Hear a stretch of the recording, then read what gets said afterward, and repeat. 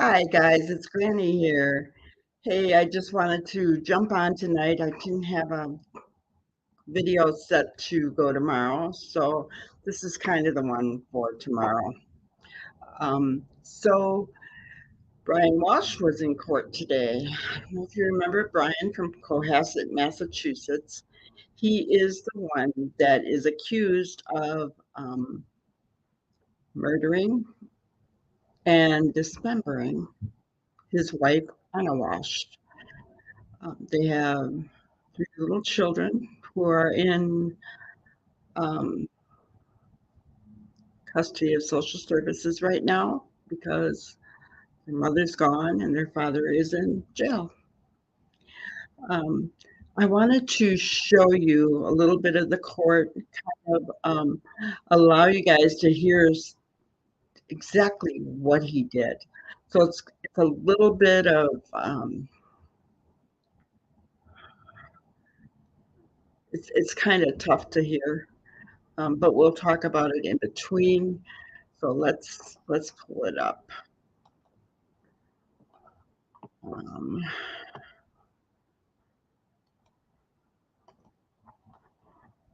right.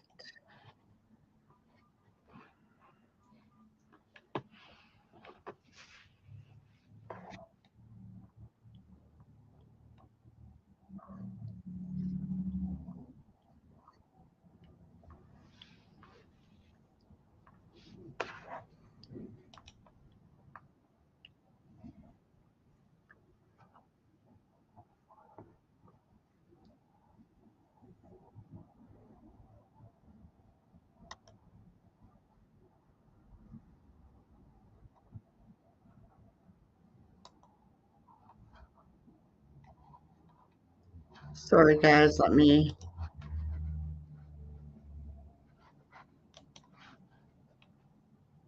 I'll learn this stuff yet.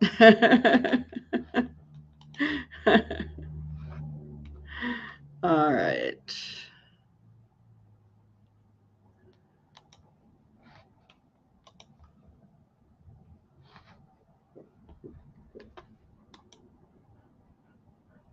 Okay.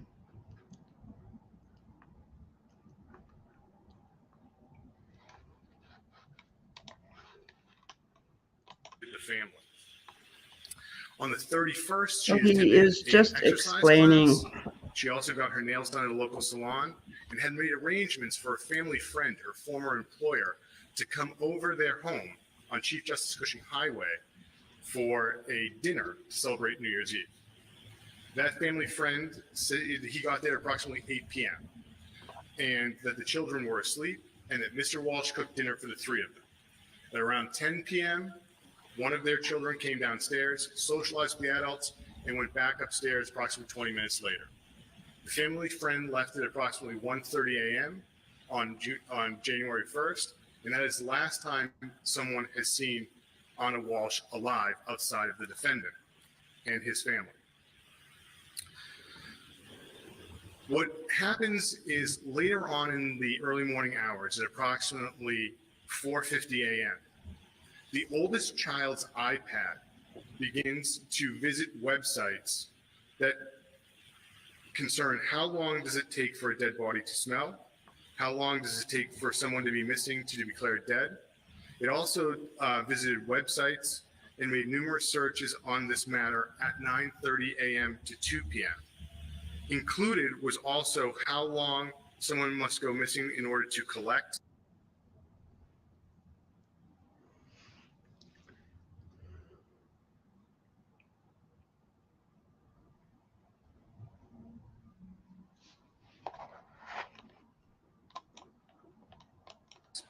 And there was a visit of a website for luxury watches. Sorry, not sure why At it 2 p.m. stopped, on guys. January 1st, the children's babysitter arrived at the Cohasset home. This was previously arranged with Mr. Walsh. Mr. Walsh had told the babysitter that he and his wife initially were going to go out for a late brunch, New Year's Day brunch that day. But then he told the babysitter that Anna Walsh had returned to Washington, D.C. That morning at approximately 6 a.m. for a work emergency, and that he needed to visit his mother in Swampscott and asked the babysitter to stay. He had also told the babysitter and the family friend that he had lost his phone, and he had told the family friend that he had felt somewhat free having lost his phone. Subsequent analysis of his phone determined that it was actually plugged in the morning of January 1st. However, while his phone stayed at the house in Chief Justice Cushing Highway in Cohasset, the oldest child's cell phone did not. On January 1st, the oldest child's cell phone shows native location data that traveled to Shaw's Supermarket and Walgreens in Cohasset. At the time the phone is at those stores, the defendant is seen walking in on store surveillance videos by himself. It then travels later on that afternoon, approximately 5 to 5:30 p.m. to Vinin Liquors in Swampscott. Surveillance video shows the defendant's vehicle and the defendant arriving there by himself, bypassing the store, going to a dumpster in the parking lot of the store, disposing of items, then returning to his car. After it goes to Vinin Liquors, it goes across the street to an apartment complex where the defendant's mother resides. The native location from the oldest child's cell phone shows that it is by the dumpster for that apartment complex. It then travels to Lowe's in Danvers. At that time, when the phone is showing that it's at Lowe's in Danvers, the defendant walks into Lowe's in Danvers by himself on store surveillance video. He is seen purchasing numerous items, including 5 Lowe's 5-gallon buckets, a Lennox high-tension hacksaw, 48 terry cloth towels, a framing hammer, Tyvek full coverage suit, shoe guards, mop, snips, 200 disposable rags, trash bags, Murphy oil soap, and other cleaning products. It then travels to CVS in Danvers, where Mr. Walsh is again seen on video by himself purchasing 13 different types of hydrogen peroxide. It then travels to Stop and Shop in Swampscott, where Mr. Walsh can be seen buying 3 64-ounce jugs of ammonia. The device then travels back to Mr. Walsh's mother's apartment. Mr. Walsh's mother stated that he did arrive that evening, informed her that Anna had returned to DC for a work emergency. At 7:15 p.m., Ms. Walsh's mother then calls her private investigator and leaves a message indicating that Anna Walsh has returned back to DC earlier than expected. Mr. Walsh returned home at approximately 8:30 p.m. on the 1st. At that point in time, the babysitter has left with him with the children who are asleep. From 2 a.m. to approximately 5:30 a.m., the oldest child's iPad searched and visited websites concerning instructions on how to clean blood and DNA from objects, how to remove SIM cards from phones, how to mix ammonia, and search for apartment complex in Brockton, Massachusetts. At 8 a.m., the babysitter returned to the Walsh residence. Mr. Walsh left the residence that morning and is on surveillance at Home Goods in Norwell, purchasing 3 area rugs and scented candles. The babysitter would state that by the end of the week, she had noticed that the downstairs area rugs had been replaced, as well as a kitchen trash can. Mr. Walsh returned from Home Goods, and the oldest child at this point in time had discovered his missing cell phone in a sibling's room. However, the oldest child's iPad continued to make searches on websites detailing how long Lowe's maintains security videos, how apartments maintain surveillance, and numerous articles about dismembering a human body. Around 4 p.m. on January 2nd, Mr. Walsh traveled alone to Home Depot in Rockland, and there he is seen on video purchasing 3 more additional 5-gallon buckets with leak-proof lids, a hatchet, plastic sheeting, 24 pounds of baking soda, and a second Tyvek suit. He then traveled to the Derby Street shops, Your Honor, where his car is seen traveling behind the shops in the area of the dumpsters, and then eventually will return to the shops where he is by himself, where he goes to a local restaurant and purchases takeout. Mr. Walsh returned to his home. The babysitter departed, and at that evening on January 2nd, he was alone by himself in his home, except for his sleeping children. From 1 a.m. or approximately 1:18 a.m. to 7 a.m., the oldest child's iPad again searches for and visited websites to discuss removing the odor of decomposing bodies, It also visits aftermath.com. Now, this is a company that cleans up crime scenes.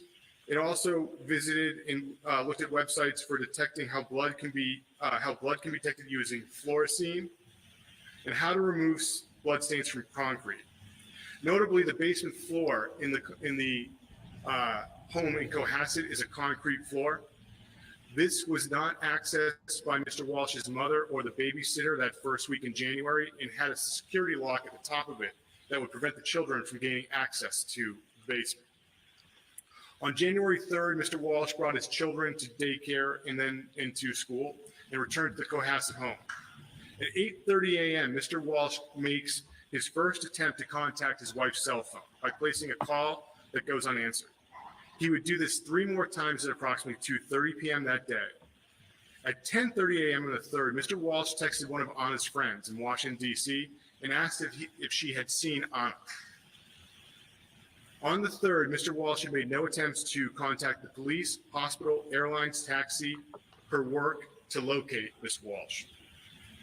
On the afternoon of the 3rd, Mr. Walsh visited 3 different apartment complexes in Abington and 1 in Brockton. Video from these complexes captured Mr. Walsh in the area of the dumpsters for 3 of these complexes. One video showed him looking into a dumpster and not putting anything into it. A second captures him taking items from his SUV by the area of the dumpster. And then the third depicts Mr. Walsh deposing a bag that appears to be heavy into the dumpster.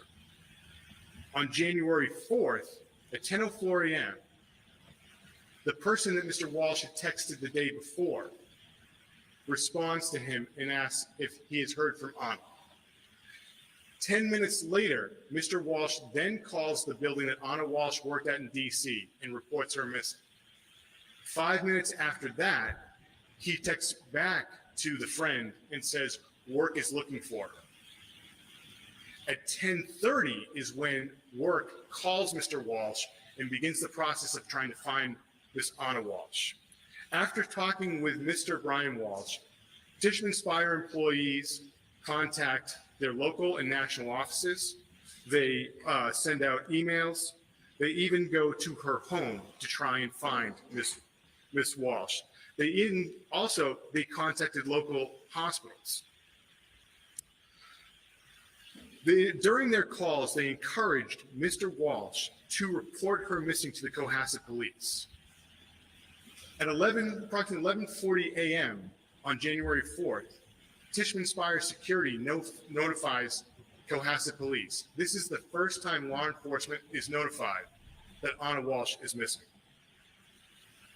Cohasset police would travel to Mr. Walsh's home at approximately noon that day, and he would tell them about how a dinner guest had left on January 1st and inform them, and then told Cohasset police how Anna Walsh had then informed him that she needed to go back to D.C. for a work emergency, that she left between 6 a.m.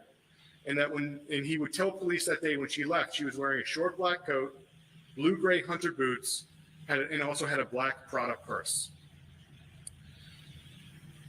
He told the local police that his oldest child had seen his wife take a taxi that morning. Cohasset police from there on would attempt to try and locate Anna Walsh by contacting airlines, taxis, Uber, Lyft, and also attempting to get cell phone records. By January 5th, Cohasset police had established that Anna Walsh had not flown to Washington, D.C. on JetBlue, the normal airline she takes, and that she had a return flight for January 3rd. They also learned that she had not left the country flying out of Logan Airport. They had learned that she had not used Uber, Lyft, and they had contacted local taxi companies, and none had gone to that residence. Cell phone records reveal that the last connection her phone signaled off of a tower was sometime between 3 and 4 a.m. on January 2nd, and that tower provided coverage for the Walsh home in Cohasset. On the 5th, Cohasset also notified state police to aid them in their investigation. The Massachusetts State Police notified and collected dozens of officers to come and help search the area, which included doing canvasses of the area, searching the woods of the area, utilizing a dive team to search the backyard pool and the air wing. Both Cohasset and state police also sent detectives to Washington, D.C. in an effort to locate Anna Walsh. At approximately 9:30 a.m. on January 5th, while law enforcement is undergoing all this searching, the defendant travels to his mother's apartment building in Swampscott, and his phone shows through native location data that it is in the area of the dumpster. He would then speak to detectives later on that evening, and he would again tell them that Anna Walsh had left for a work emergency between 6 and 7 a.m. on the 1st with a black Prada bag, a short black coat, a Louis Vuitton overnight bag, hunter boots, and potentially an Hermes watch. On the 6th, detectives spoke with Mr. Walsh again, and he agreed to turn over the digital devices from his home, which included the son's iPad, the child's iPad, and his cell phone and the child's cell phone. From the 6th into the 7th, investigators would download and search these devices. And in doing so, they would see the internet history of the iPad. They would see the native location data from the two phones. It had become clear at this point into the 7th that the defendant had not told the truth about the whereabouts of Miss Walsh and his whereabouts as well. For on the 6th, Your Honor, he had told investigators that he had gone to CVS and Whole Foods in the Swampscott area. Police officers went to both of those locations and could not find surveillance video of him in those two stores. On the 8th, officers obtained search warrants for Mr. Walsh's home and vehicle and began the processes of searching those items over the next 2 days. In the basement, Your Honor, they were found 8 red-brown stains that initially tested positive for the presence of blood. One of those stains has subsequently gone to the lab and did not pass confirmatory testing. Mr. Walsh's Volvo SUV also tested positive for the presumptive presence of blood in the driver's side seat control areas, the passenger floor mats, in the rear trunk area.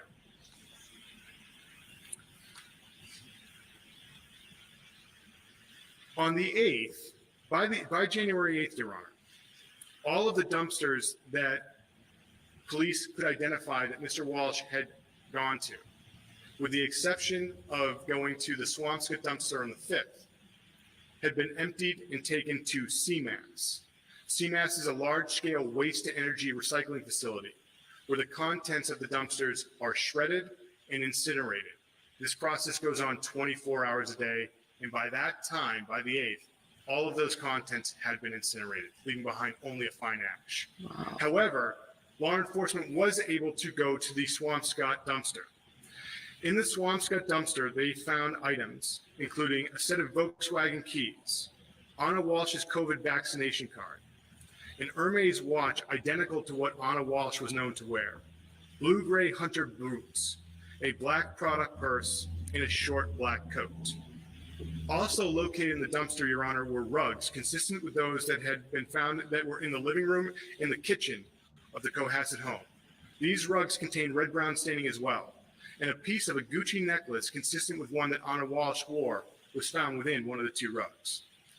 The dumpster contained numerous items identical to those that Mr. Walsh had purchased at Lowe's, which included a Tyvek suit, a Lennox high-tension hacksaw, hammer, hatchet, and snips. The hatchet was purchased at Home Depot. The Tyvek suit had a red-brown stain on the exterior. The stain was tested, and Anna Walsh's DNA was determined to be a contributor. The hacksaw had red-brown staining in several areas. When it was disassembled, a small fragment of bone was recovered. These items are being processed for DNA. Also in the investigation, it was determined that in 2001, Anna Walsh had taken out approximately $2.2 million in life insurance on herself, where Brian Walsh is the sole beneficiary. And as a result of working at Tishman Speyer, she has an additional more than $400,000 life insurance policy where he was the sole beneficiary. In total, her life insurance is over $2.7 million, where the defendant was a sole beneficiary. Your Honor, as a result of the extensive investigation that was done into this case, the defendant's grave incentive to flee of being charged with murder, and that he has one open matter, I would ask that the defendant be held without bail. All right. Thank you very much, Ms. Mon.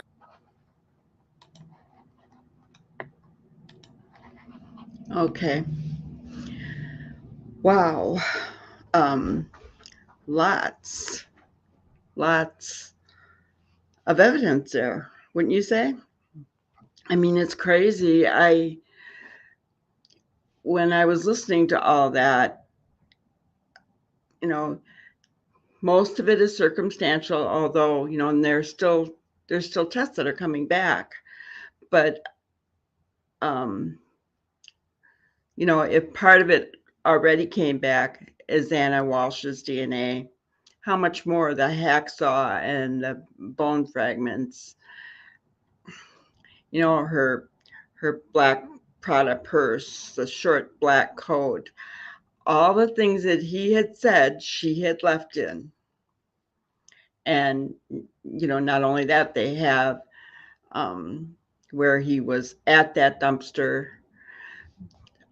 So that, yes, a lot of circumstantial evidence. However,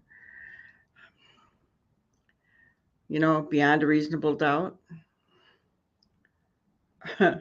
I'm almost convinced already. What do you guys think? I mean, it's incredible what they have presented just here. And that's not all the evidence yet. You know, in this hearing, Brian Walsh pled not guilty. I don't know how he thinks he can get away with this. I have no clue. His lawyer did go on to say, you know, only $250,000 bail, you know, that they're asking for, and that he was the primary caretaker of the children, which what they're not saying, and I don't think it can come into this, is that he was under house arrest. I don't know if he had an ankle monitor or not, but he had stolen artwork, I believe, if I'm remembering correctly. And so he wasn't allowed to go anywhere. And so she was working, and she made really good money. So she was the provider. So kind of the roles were reversed in this situation. Didn't mean that she didn't love her boys very much. None of that, you know. So horribly sad case. And to think of that, all those dumpsters, if they had just gotten there in time, everything was incinerated already. So she was already a pile of ash, because he kept taking pieces of her and putting them in different dumpsters. You know, what about all of his searches?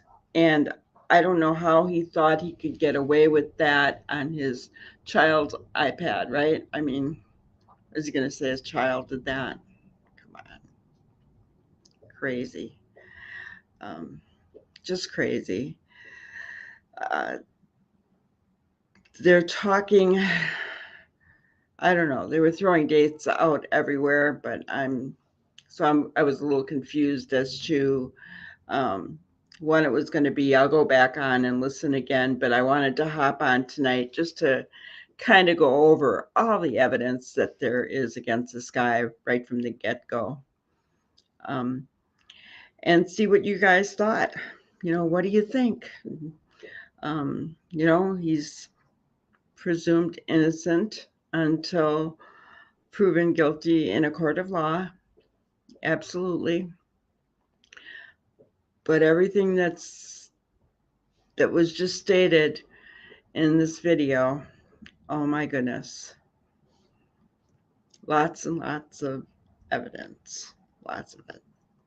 So, tomorrow is Friday. I've got the weekend off and I am excited because I've got some things I've been wanting to work on. Get up some more videos and things and just catch up on some, the Lori Vallow case, different things that I wanted to do. So I am really, really excited. You guys, please, please like and subscribe. Let's get our, I'll tell you what, we will have a party and a giveaway, a live party and a giveaway when we get our first 100 subscribers. Okay. And then we'll go from there. Maybe it'll be 500 and then 1,000, and we'll just keep growing, right? So spread the word, spread it on your pages, do whatever you can. Make sure you like and subscribe. And please let me know what your thoughts are on Brian Walsh. If you think he's guilty or not guilty, I want to know. All right. Well, have a great night, and we'll see you this weekend. Bye.